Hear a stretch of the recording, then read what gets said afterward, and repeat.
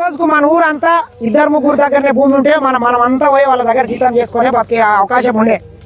ఇందిరమ్మ తీసుకొచ్చినటువంటి సంస్కరణలు ఒక్కనికి ఇల్లు లేకుండా మా స్వాతంత్రం వచ్చినాడు దేశవ్యాప్తంగా ఒక 100 ఊర్లకు కూడా కరెంటు లేకుండే, రోడ్డు వ్యవస్థ లేకుండే, బస్సు లేకుండే, ఏం లేకుండే. అవన్నీ తీసుకొచ్చింది, భూములు వంచింది, ఇల్లు కట్టించింది.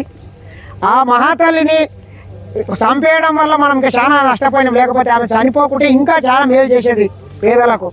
కావున మీరు అందరు ఎవరు ఎన్ని మోసం చేసినా, ఎన్ని మాయమాటలు చెప్పినా ఈ రోజు పూర్తికి ఓటుకు వచ్చి నీ కల్లో సారనో ఏదో దాపొచ్చు, కానీ మన పిల్లల బతుకులు మారాలంటే ఖచ్చితంగా కాంగ్రెస్ పార్టీతోనే సాధ్యమవుతుంది. మీరందరూ మద్దతు చేస్తారని మేము అనుకుంటున్నాము. అన్న కూడా మన వాళ్ళు అందరూ ఒకసారి అంటే నేను కూడా వచ్చిన మీరు అందరు ఖచ్చితంగా మద్దతు చేయండి అమ్మ. మా అమ్మ 5 ఏళ్ళల్లో సార్ ముఖ్యమంత్రి ఉన్నాడు. ఇలా ఇంకా ఎవరు కూడా చేసేది ఏమున్నది, ఏం చేయను.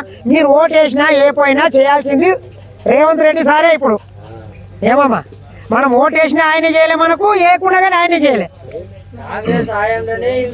ఇప్పుడు ఒక పెద్ద మనుషులు సామెత చెప్తారు, గాడిది గాడేసి ఆవుకు పాలు ఉంటే పాలిస్తుందా?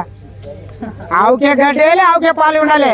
మన సారే ముఖ్యమంత్రి కాబట్టి ఓటు కూడా ఆయనకి ఇద్దాం. మనల్ని ముంచుతాడా, మనల్ని గడమీనేస్తాడా అది కూడా తెలుస్తుంది. మెజార్టీ ఎక్కువ వచ్చింది అనుకో అన్నోళ్ళే చెప్తున్నారు, మొన్న 9,000 ఓట్ల మెజార్టీ ఇచ్చినామని చెప్తున్నారు. ఆయనకి ఎంత సంతోషం ఉంటుంది. దాదాపు 250 బూతులు ఉంటాయి, అంటే 100 గ్రామాలు ఉంటాయి. 100 గ్రామాలలో మీ గ్రామం నుంచి 1000 ఓట్ల మెజార్టీ అంటే చాలా ఎక్కువ.